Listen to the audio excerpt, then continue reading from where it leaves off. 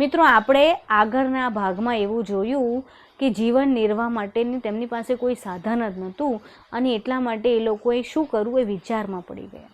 હવે એના પછીની વાત, જીવન નિર્વાહ માટે એ લોકોએ ગાય જતી રહી હોવાથી આજુબાજુ જે સાવ સૂકું ખેતર હતું ને ત્યાં થોડું થોડું રોપવાનું શરૂ કર્યું, ખેતી કરવાની શરૂ કરી.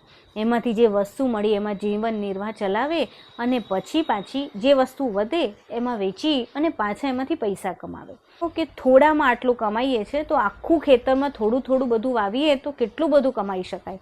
અને આખરે એ લોકોએ ઘણું બધું એની અંદર રોપ્યું અને ઘણા બધા પૈસા કમાઈ શક્યા. ધીમે ધીમે ધીમે ધીમે એ લોકોએ નવું ઘર પણ બનાવ્યું.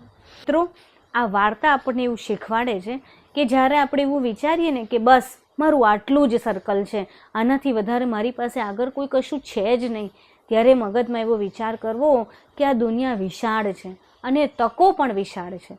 જ્યારે જ્યારે મન અટવાય ને ત્યારે આ વાત વિચારી રાખવી અને નવા રસ્તા, નવા વિચારો સાથે આગળ વધવું. જય શ્રી કૃષ્ણ.